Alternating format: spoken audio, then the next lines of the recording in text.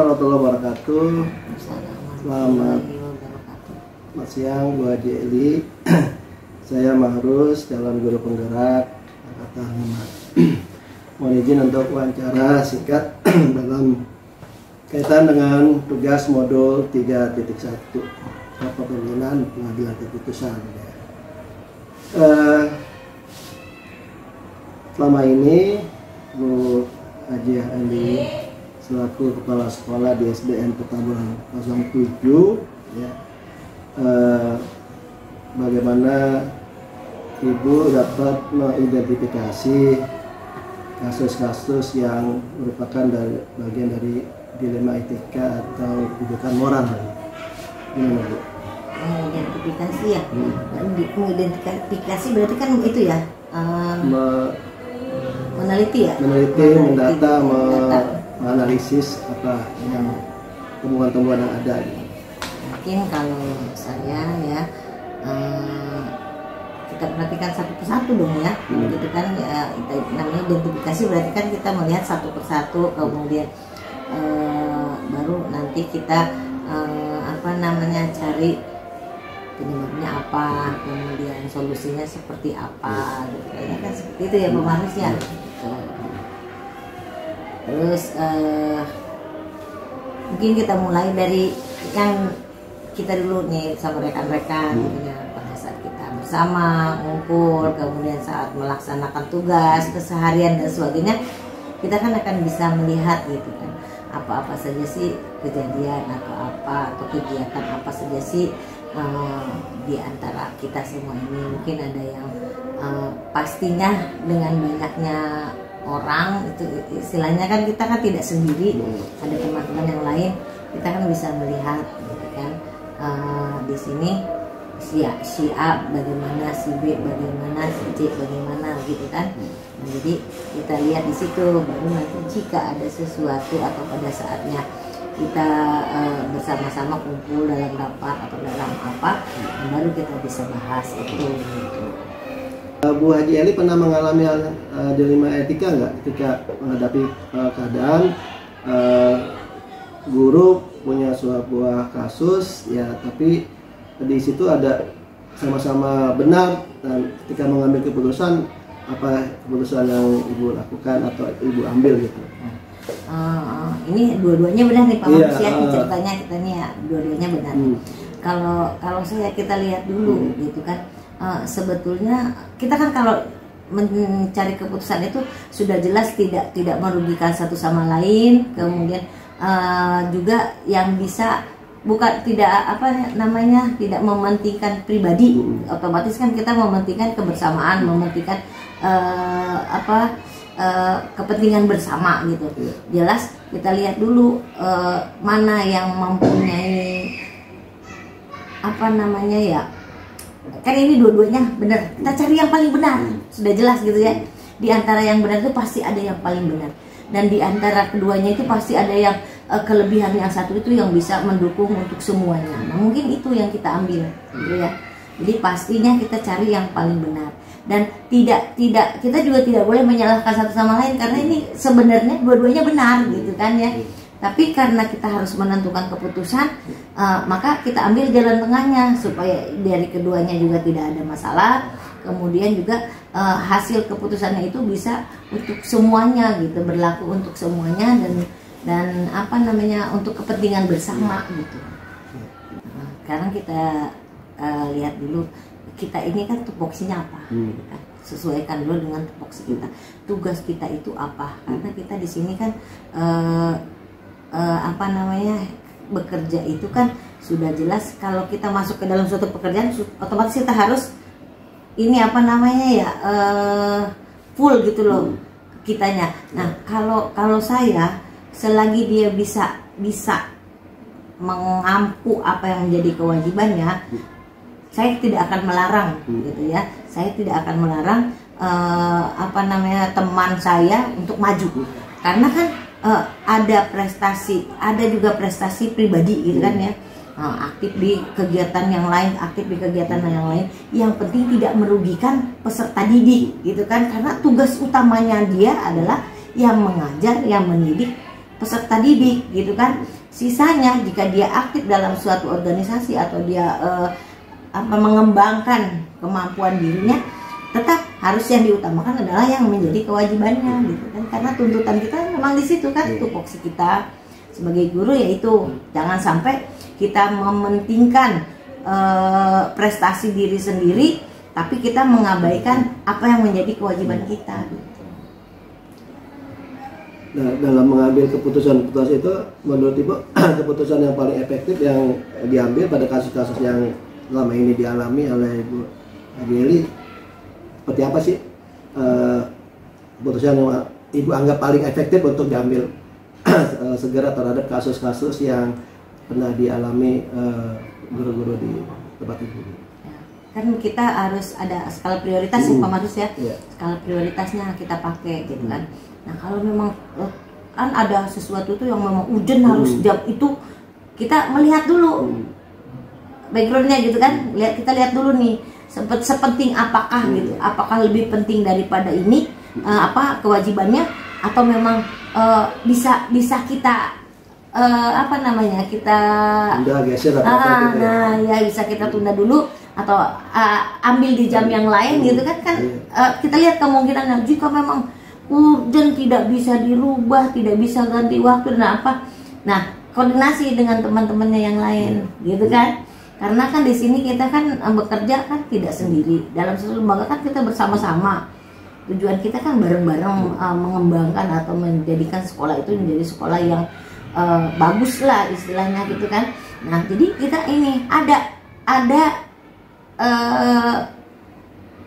bahasan ke teman-temannya gitu loh. Jadi jangan karena dia mementingkan ini prestasinya sendiri, dia abai dengan kewajiban dan dia juga tidak berkoordinasi dengan temannya yang lain, karena kan kita butuh mereka. Pada saat kita pergi anak harus ada yang mengimpal gitu kan. Nah, jadi seperti itu mungkin dilihat dulu keurgenannya seperti apa gitu, dan kita lihat dulu mana kebaikannya lah ya, kebaikannya seperti apa gitu. Nah kalau saya sih seperti itu gitu, prioritaskan apa yang harus diprioritaskan gitu. Oke. Selama ini apakah Ibu punya jadwal tertentu atau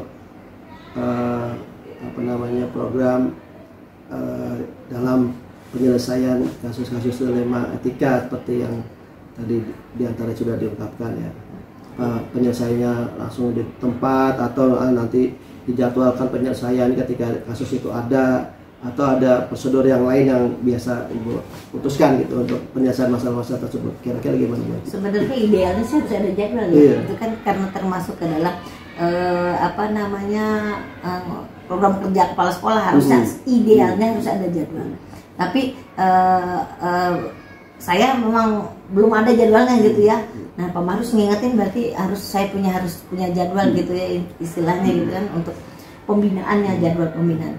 Tapi biasanya kita masukkan kegiatan seperti itu pada saat kita rapat bulanan. Nah itu seperti terjadwal akhirnya, tapi tidak ditulis lah, tidak secara tertulis. Biasanya kita sambil kita review apa yang kita sudah lakukan di sekolah, sambil kita masukkan hal-hal seperti itu. Dan selain itu juga mungkin pada saat kejadian juga, misalnya pada waktunya hal itu terjadi, kita juga langsung bisa bicara dengan guru tersebut gitu. Dan mungkin juga kita bisa panggil, tapi ya itulah tadi, saya belum membuat jadwal secara tertulisnya. Mungkin kita biasanya seperti itu, langsung kita bicarakan, dan kita juga untuk teman-temannya kita bahas juga di ini kan, di forum gitu, pada saat rapat bulanan atau pada saat kita evaluasi kegiatan-kegiatan sekolah. Itu aja paling. Tantangan selama ini yang dirasakan dalam penyelesaian kasus-kasus seperti itu apa sih menurut Ibu tantangan?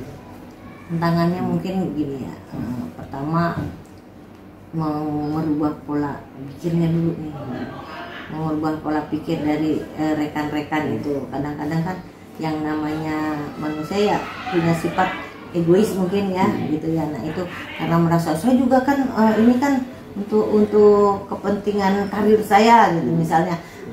Saya juga pengen maju, pengen ini, pengen itu, kan pasti kan setiap orang tuh punya cita-cita, punya keinginan, punya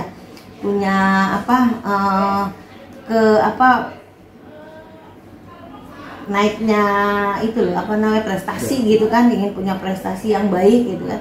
Nah kadang itu bahwa kita rubah dulu deh mindsetnya, maju tapi tidak meninggalkan kewajiban gitu. Nah kedua juga kesadaran diri mungkin ya, bagaimana orang itu bisa menyadari gitu kan bahwa kita itu kewajibannya apa. Terus kita juga memang harus pengembangan diri, tapi tidak boleh juga menyepelekan yang lain gitu. Kita juga harus menghargai teman kita. Kalau kita pergi, terus teman kita kan otomatis harus jaga kelasnya, harus mengimpal dan harus meluangkan waktu. Harusnya dia istirahat, dia harus menunggui apa yang menjadi kewajiban kita. Jadi pertama yaitu tadi mindsetnya kita rubah dulu gitu ya. Kemudian rasa kesadarannya dari teman-teman juga itu mungkin yang agak sulit ya, karena yang namanya ego itu memang sulit lah kita yang ininya. Terus yang ketiga tadi menumbuhkan toleransi juga dengan teman-teman gitu kan. Nah, kalau kita sudah tiga itu bisa bisa terbentuk, kayaknya mungkin nggak terlalu sulit juga sih. Memang disitulah paling beratnya itu yang seperti itunya gitu loh. Kalau pekerjaan kan istilahnya tergantung niat masing-masing. Mau kerja cepat ya cepat, mau kerja lambat ya lambat gitu istilahnya kan ya. Nah tinggal kesadarannya itu aja yang kadang-kadang kita sulit. Terus rasa tanggung jawabnya mungkin ya, rasa tanggung jawab kepada pekerjaan, kepada anak didik gitu kan, kepada lembaga, mungkin itu loyalitasnya kepada lembaga gitu kan. Itu juga kalau menurut saya itu kan kayaknya agak sulit gitu ya, kita mengembangkannya supaya kita tuh total loh, kita itu gitu ya. Nah, mungkin pastinya kan udah jelas kan waktu, tenaga itu kan juga semua kan terkuras gitu kan. Belum lagi dia memikirkan mungkin keluarganya dan sebagainya. Itulah kadang-kadang itu beratnya itu kayak di situ mungkin ya. Kadang-kadang kita gitu. Kalau pekerjaan kan bisa dikerjakan bersama atau apa gitu. Adakah faktor-faktor atau seseorang atau beberapa orang yang membantu ibu dalam mempermudah dan memecahkan atau pengambilan keputusan terhadap kasus itu? Kira-kira ada atau siapa gitu, atau faktor yang membantu atau seseorang yang membantu dalam pengambilan keputusan? Sebetulnya pastinya kita kan pertama kan di sini di sekolah gitu ya, teman-teman kita yang lain. Nah kemudian kan kita punya pembina gitu kan. Selain kita itu pembina di sekolah, kita dengan teman-teman kita begini. Kalau memang masalah itu sulit untuk kita pecahkan, kita juga bisa. Kita punya pembina gitu kan. Kita punya pengawas, kita punya kasatlank, lebih tinggi lagi kita punya kasudin dan seterusnya ke atas. Itu kan mereka juga tidak akan segan gitu untuk membantu kita gitu kan. Kalau kita memang punya masalah, kita kan harus ya, kalau kita tidak bisa mengatasi, ya orang yang lebih dari kita lagi gitu kan. Jadi ada tingkatannya gitu lah. Kalau saya sih biasanya seperti itu, minta pendapat ke pengawas atau ke teman yang kita anggap bisa memberikan masukan-masukan gitu kepada kita gitu. Yang jelas ya pembina kita lah, yang terdekat dengan kita itu pembina kita gitu. Itu. Jadi dari apa yang Ibu Haji sudah sampaikan ya, kita kan bisa mengambil pembelajaran ya, yang dapat petik dari pengalaman mengambil keputusan dilema etika yang terjadi di lingkungan pekerjaan atau lingkungan sekolah. Adakah yang paling berat yang buat Bu Haji, dia keputusan itu sangat berat untuk diputuskan sehingga membutuhkan buah pemikiran, buah keterlibatan banyak pihak gitu. Selama pengalaman selama ini gimana Bu? Ya dibilang berarti gimana ya, kita berat ya semua juga pasti kan ada masalah ya, semua pasti ada hal yang kontra, pasti ada pro ada kontra, itu udah wajar lah gitu ya. Tapi kalau tergantung kitanya sih pemarus ya, apa mau dianggap berat atau mau dianggap ringan atau mau kitanya mau tidak peduli, itu kan memang tergantung kita. Tapi pada intinya adalah bahwa kita selalu berusaha lah ya, berusaha untuk selalu terbuka nih. Yang terpenting itu kita terbuka nih. Saya mungkin walaupun saya pimpinan, saya tetap harus membuka diri, menerima masukan-masukan dari teman yang lain, dari teman-teman guru mungkin ya kan. Nah,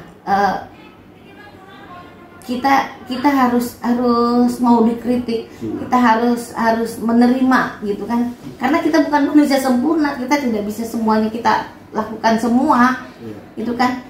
Kita cuman, saya bedanya dengan para pendidik itu adalah cuman bedanya saya mungkin tidak mengajar gitu kan. Nah, tidak mengajar, tapi kan tetap saya mengajar secara belajar secara umum mungkin ya, tidak mempunyai kelas, paling bedanya di situ. Nah, kita juga harus lapang dada gitu jika ada kritikan atau apapun itu. Nah, yang paling berat mungkin apa ya? Itu tadi, kadang memang kita juga paham ya sebagai manusia gitu kan, punya kepentingan kita juga yang tidak bisa kita elakkan gitu ya, tapi kita tetap harus ikut aturan yang berlaku. Nah, mungkin kadang-kadang itu berat Pak Marus buat kita ya. Secara pribadi mungkin kita juga, oh iya kita juga manusia, oh kita sama dengan mereka, kita itu punya kepentingan, punya masalah di rumah, punya ini di rumah kan gitu kan. Kadang-kadang kita kan ya tadi itu, makanya ada aturan yang berlaku secara tertulis, yang wajib pasti secara tertulis, yang turun dari keturunan apa peraturan yang dari pemerintah yang memang harus ini. Tapi kan kita juga punya yang namanya aturan yang tidak tertulis mungkin, yang di situ memerlukan kebijakan gitu kan, tenggang rasa gitu kan. Nah, kemudian kita juga merasakan bahwa oh kita juga dulu pernah mengalami seperti itu. Misalnya guru kita yang masih lebih muda mungkin dia bermasalah dengan anaknya dan apalah gitu ya, masalah kan kita sama-sama juga kan. Nah, jadi kita itu kadang-kadang agak beratnya tuh di situ. Sementara di sini adalah aturan pemerintah yang wajib kita patuhi, kita lakukan, kita jalankan gitu kan. Tapi di sisi lain juga kita, oh iya ternyata dia itu memang sebetulnya kan nggak salah juga gitu kalau seperti itu. Tapi karena kita sebagai aparat ya harus mengedepankan ini mungkin ya gitu, aturan yang dibuat pemerintah gitu. Itu kadang-kadang beratnya tuh di situ pemarus ya. Beban peraturan yang harus taati satu sisi, di sini juga ada pihak yang bagaimana gitu kan, kebijakan atau keputusannya kan harus diambil ya yang bisa menyenangkan semua pihak dan tidak melanggar peraturan. Nah, itu kadang-kadang seperti itu. Beratnya di situ Baji, tantangannya seperti itu ya. Apalagi Baji yang kesan-kesannya ya Baji dalam proses ya kepemimpinan Baji selama ini, apa yang Baji rasakan ya, kesan-kesannya, kemudian apa pesan-pesan yang bisa disampaikan sehingga ya buat bekal ya kami sebagai calon guru penggerak gitu, kira-kira apa Baji? Ya, kalau dalam kepemimpinan ya, dalam memutuskan masalah, keputusan-keputusan yang tadi dilematis ya dan sebagainya. Intinya pertama ya kita harus tadi mindset kita ya terbuka dulu deh, pikiran kita terbuka, hati kita terbuka. Kita jangan apa sih namanya kalau kayak kita ini mah membeda-bedakan apa itu namanya, mendiskriminasi atau mengintimidasi seseorang karena urusan pribadi gitu pemarusnya. Jadi walaupun kita mungkin secara ini saya tidak suka dengan orang, tapi secara kepemimpinan itu tidak boleh gitu kan, jadinya kan gitu.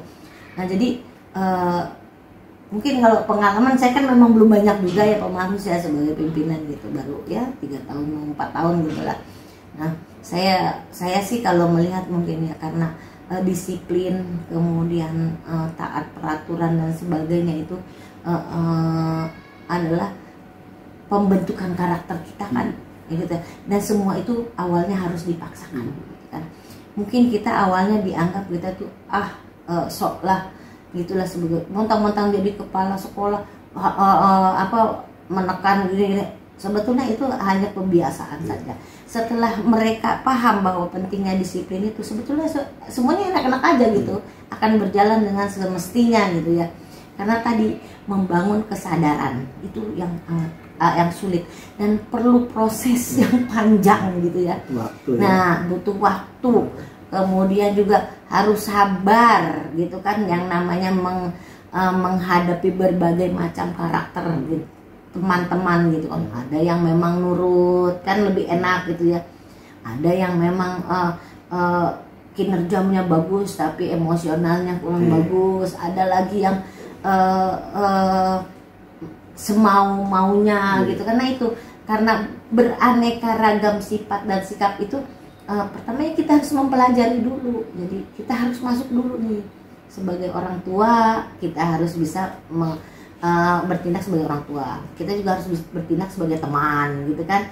Kadang pada saatnya kita harus juga bertindak sebagai pimpinan yang tegas gitu. Nah di situ tuh Pak Marus, mungkin saya juga masih belajar gitu ya untuk menerapkan hal seperti itu. Dan saya juga pengennya ya bisa menjadi contoh gitu. Dan saya juga pengen menjadikan guru-guru kita itu guru-guru yang hebat, Pak Marus gitu ya. Yuk kita jalankan kewajiban kita sebagai guru yang membimbing, membina, mengajar anak-anak kita. Dan jadilah guru yang hebat selain daripada itu, sehingga bisa menjadi bermanfaat tidak untuk anak, bisa bermanfaat juga untuk teman, bisa bermanfaat juga untuk sekolah lain gitu Pak Marus. Saya tuh kepengennya seperti itu gitu. Nah makanya saya selalu mendorong teman-teman itu, yuk kalau kita mau maju, yuk kita maju bersama-sama. Karena maju sendirian juga nggak enak, saya gitu ya. Kita yuk maju bersama-sama, juga bersama-sama kita maju, itu yang penting itu gitu Pak Marus ya.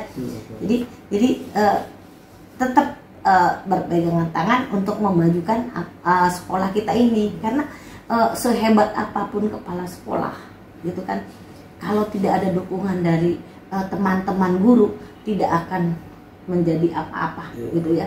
Nah seperti itu Pak Marus. Jadi tetap saling mendukung, intinya harus saling mendukung, saling memahami, menjadikan keluarga di sini di sekolah ini adalah keluarga kita juga. Jadi rasa saling memilikinya lebih kuat nantinya gitu.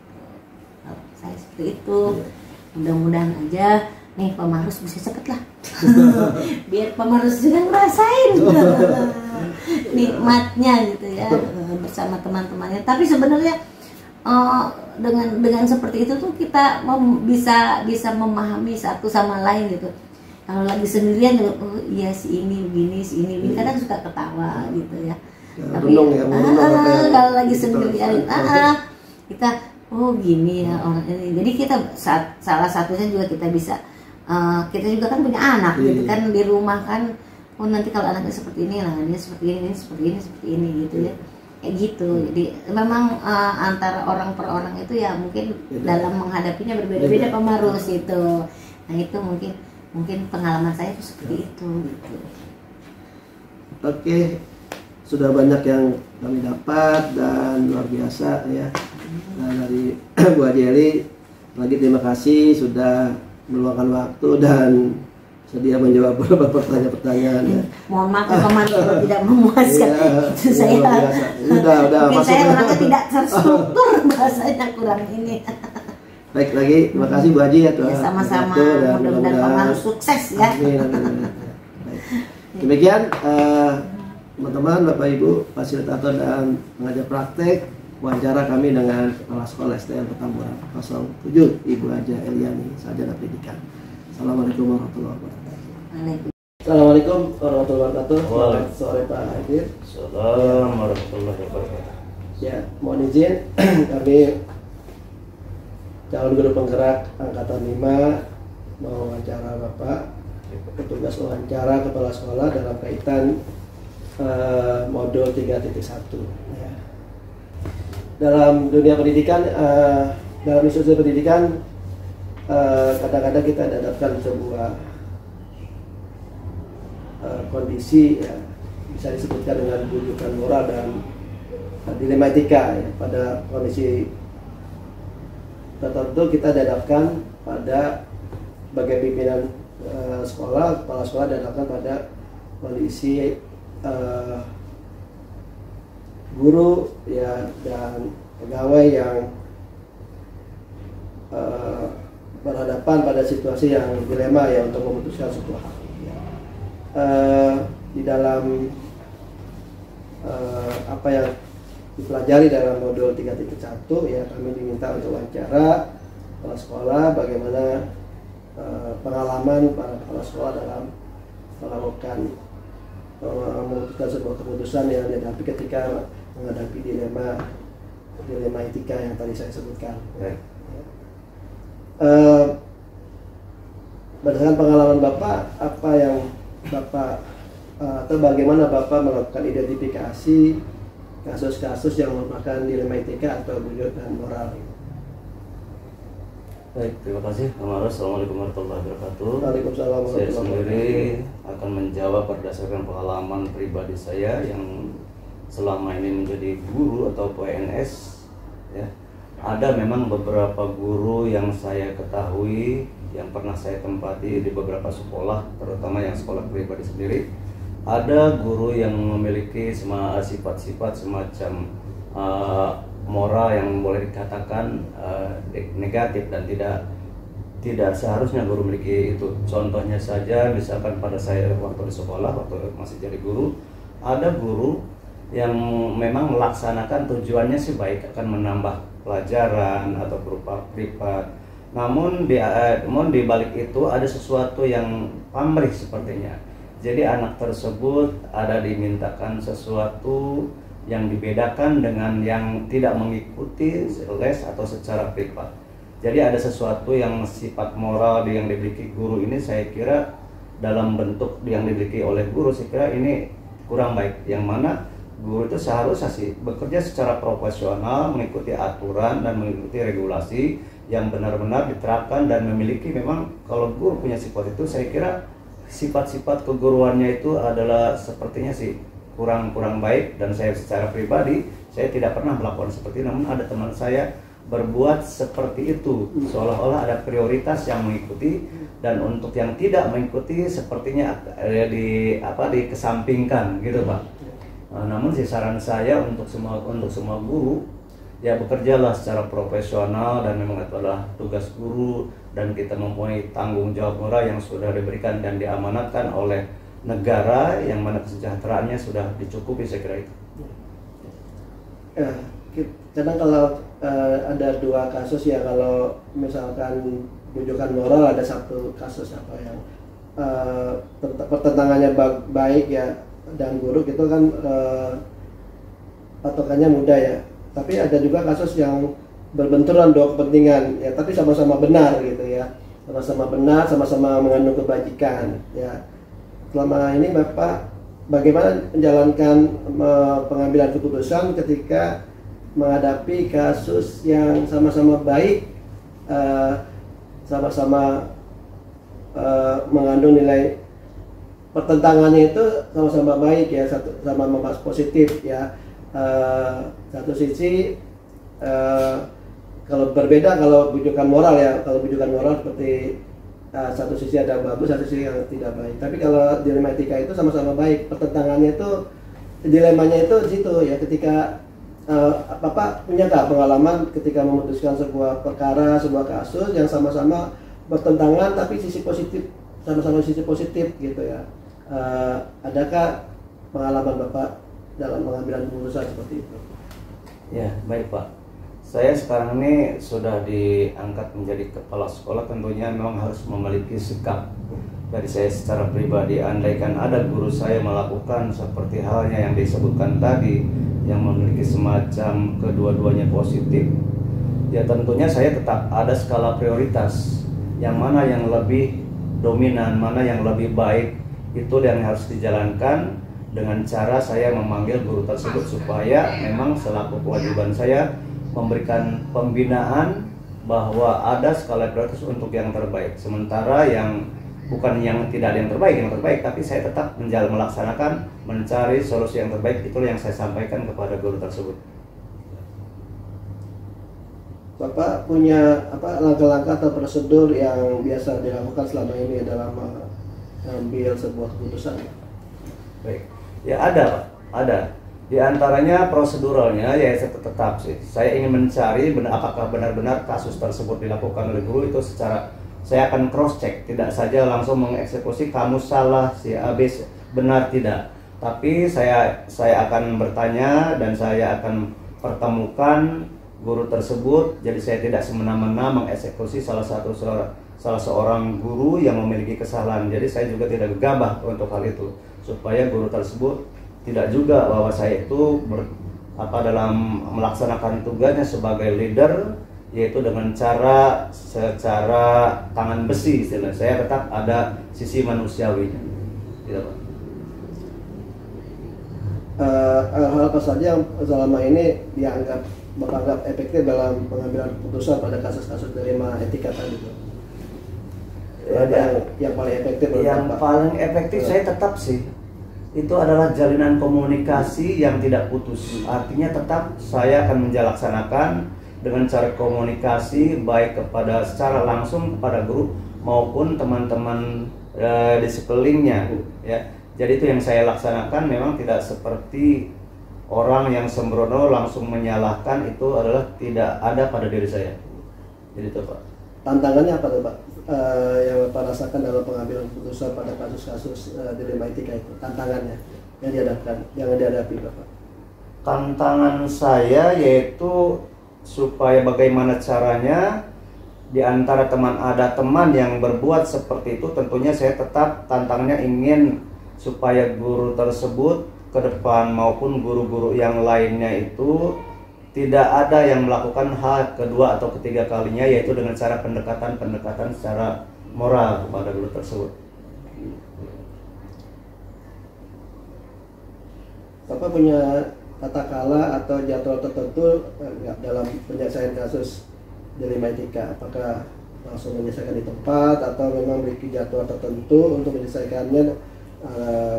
Bentuk atau prosedurnya seperti apa yang Bapak lakukan?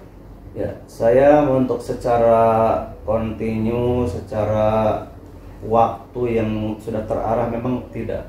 Tapi saya melihat kalau seandainya ada sesuatu masalah itu saya selesaikan secara situasional, karena melihat timing juga di mana tepat waktunya yang akan saya selesaikan. Jadi saya secara situasional saja dan tidak ada program untuk menyelesaikan masalah secara kalender atau secara teratur gitu Pak. Adakah faktor-faktor atau seseorang yang selama ini mempermudah atau membantu Bapak dalam mengambil keputusan dalam kasus-kasus dilema etika? Maksudnya? Adakah seseorang yang membantu atau faktor-faktor apa saja membantu Bapak dalam pengambilan keputusan dalam kasus-kasus dilema etika tersebut? Baik.